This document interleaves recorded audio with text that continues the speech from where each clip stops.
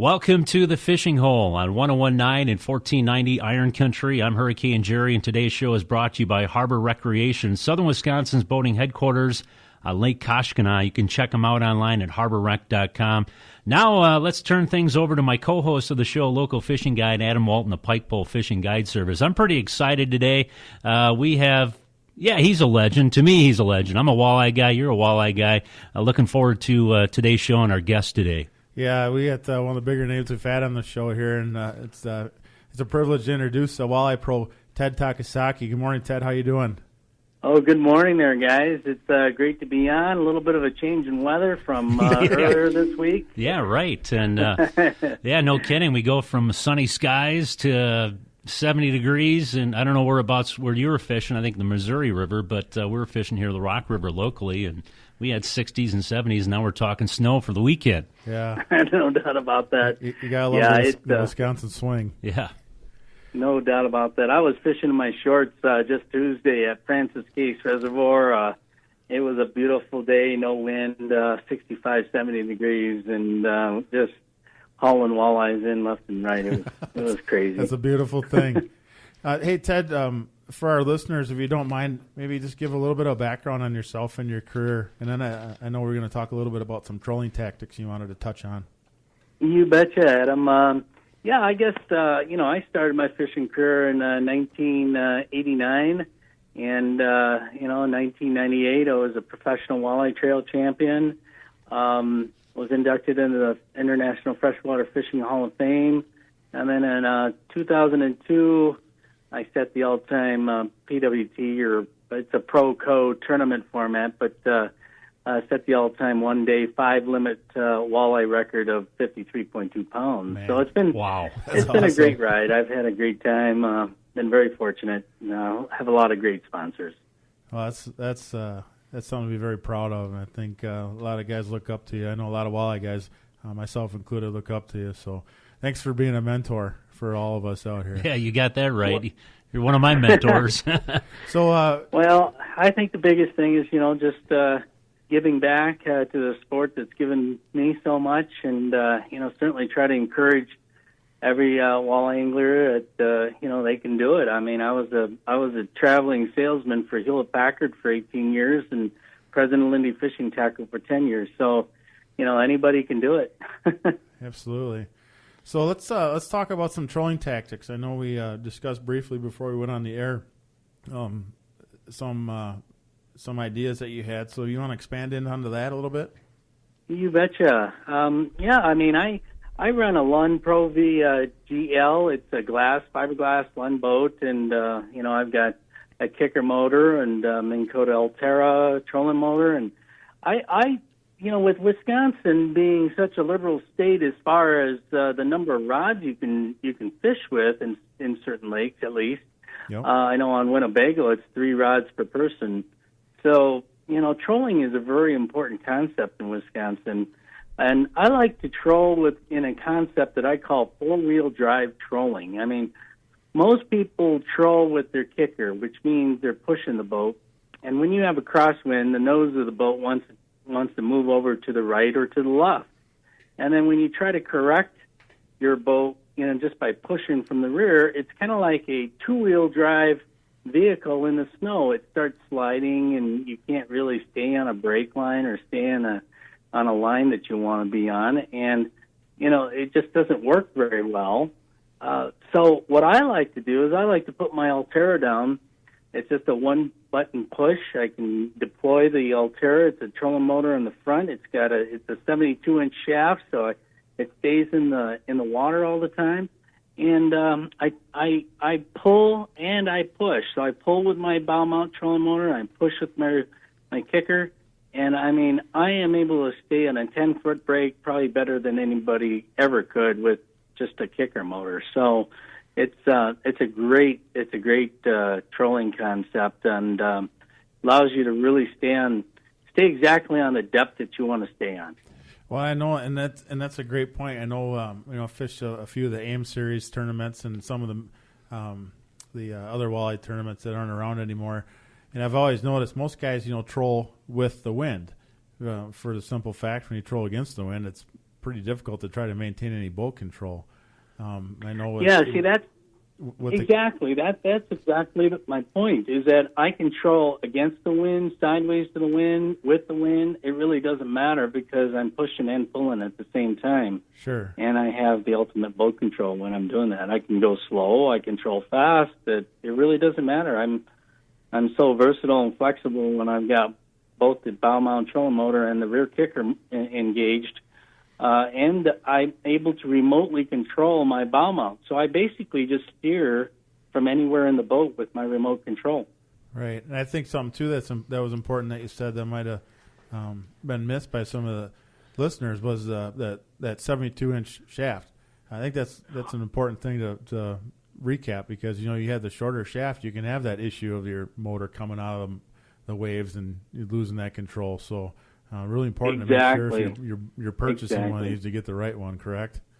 No doubt about that. It is very critical because, that bow mount, being able to keep that bow in the direction and on the depth that you want it to, you've got to have that bow mount trolling motor in the water. And certainly when I'm going against some big waves, your bow goes up and down, and you want to make sure that bow mount trolling motor stays in the water.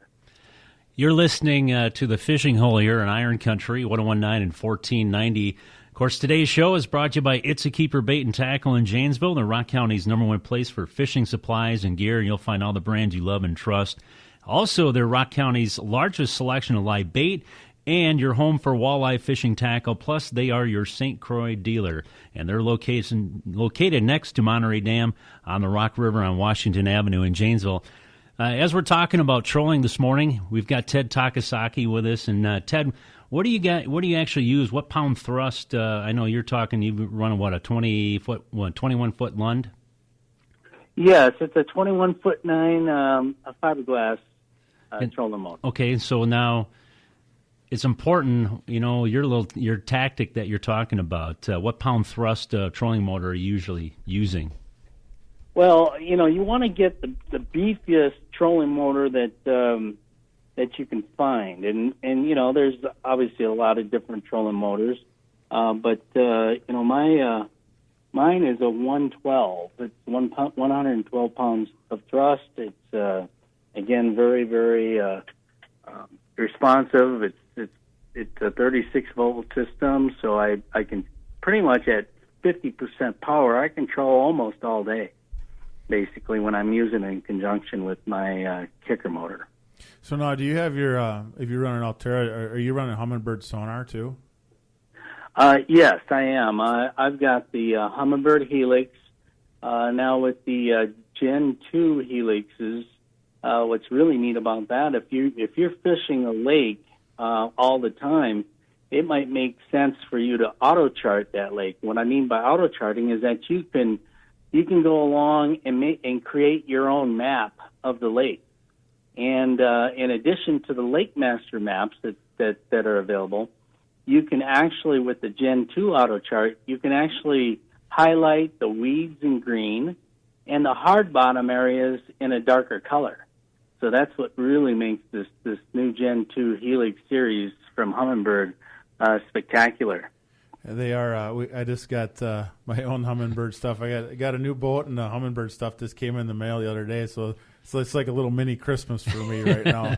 No doubt about that. They are sweet. Sitting at home, ready to go. But I know too. Now, do you use the iLink, or do you just run IPilot? I use the iLink. You do. Okay. I think in certain situations, you use the IPilot Link. In situations where you want to follow contours, and with the Lake Master Plus chips, you can now select the depth that you want to stay in, and then the trolling motor will actually follow that contour, that depth that you want it to. So again, this is the same scenario. You just follow a contour, put your kicker motor down, and you're in 4-wheel drive again. Yes, and it's pretty much hands-free. You can concentrate on fishing. It is. Technology is just unbelievable. How you can pinpoint and precision trolling. I mean, that's it right there. Right. It's incredible. It is. A lot of people always thought, trolling, that's that's the easy man's way. And if you do trolling right, and I'm sure Ted agrees, you do the precision trolling, you start throwing all the factors in it. It's truly a science. Yeah, I was just going to say you can get it down to a science, and it's not just simply throwing a crankbait out the back of your boat and hoping for the best. I mean, there's actually some rhyme and reason to what's happening. So no doubt about that. The technology that we do have. I mean, really, the fish just don't have a chance. Yeah. Oh, so Jerry and I have talked about that. We gotta be our own police sometimes, so we make sure our fishery can survive the technology.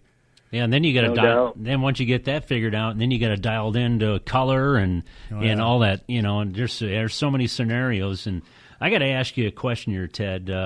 I know I'm 49 years old, and I'm learning every day. Do you still learn about fishing, and you probably still haven't figured them out 100%?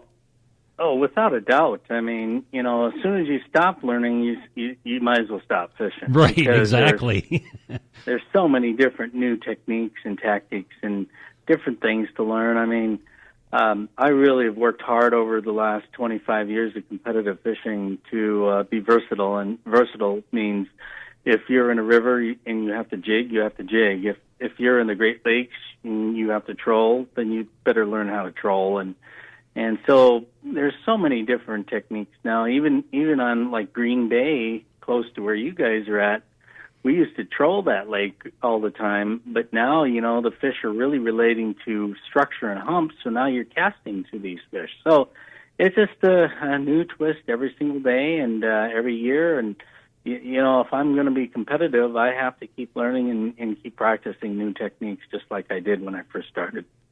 No, that's awesome. I'm sure glad you took some time to talk to us today, Ted. And it's an honor to have you, and I hope we can have you on again in the future and maybe talk about some river tactics or some jigging tactics once that time comes. Yeah, our listeners, maybe they don't know. I know, Ted, you're an ice fisherman too, so maybe we can get you on doing a next winter here if we have ice. Yeah, right. I will. Believe me, we'll have ice, and believe me, the ice will all go out too. So I would love to join you guys anytime. That these interviews are so easy to do now with cell phones.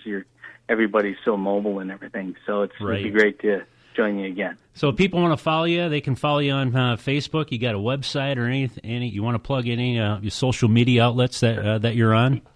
You bet. Facebook for sure. It's probably my primary social media outlet. I now have just started with Instagram. I haven't gone to Twitter yet, but certainly Facebook for sure. Baby steps. Yeah, baby steps. Yeah. That's right. For an old guy like me, I mean, I'm just wrestling with this new technology, especially in social media. Well, we all are. Well, at least I'm not the only one. All right, Ted. We're going to let you go. Again, thanks for your time, and we'll talk to you next time. You betcha. Thank you very much, guys. All right, I appreciate it. Yep, you bet. Keep in touch. You bet. All right. That is Ted Takasaki, and I tell you what, I first got into fishing, really took it serious as a hobby in the late 90s, mid to late 90s, and got my first boat then. And Ted was actually bursting onto the scene then, and he's one of the guys that kind of actually learned a little bit from him, watching him. And I tell you what, he definitely, like he just said, you can never learn enough about the sport. He's written so many articles, books. I guess he's actually written a book too. He is. He's got a lot of information out there, and anybody who's a serious walleye angler, if you haven't looked at that, I'd highly recommend it. Right. He covers anything: trolling, river, jigging, pitching. That guy has done it. Oh yeah, he's done it. He's been around the block a time or two, and yep. Has proven his worth. He's got the trophies and the awards behind him to back his knowledge, and very very nice guy too. Oh yeah, he seems very down to earth, and he was a PWT champion. I think it was 98, 99. And then, of course, the PWT came to Madison. They had the championship in Madison, and I remember seeing Ted there, and all the big guys. Al Linder was there, and Ron Seelhoff. He actually won that tournament. But I remember it was a cold front that came through that weekend. on the Madison chain. So a lot of guys, these guys were, professionals, and they had a tough time catching fish. So I don't remember the weights or anything who won it, or I do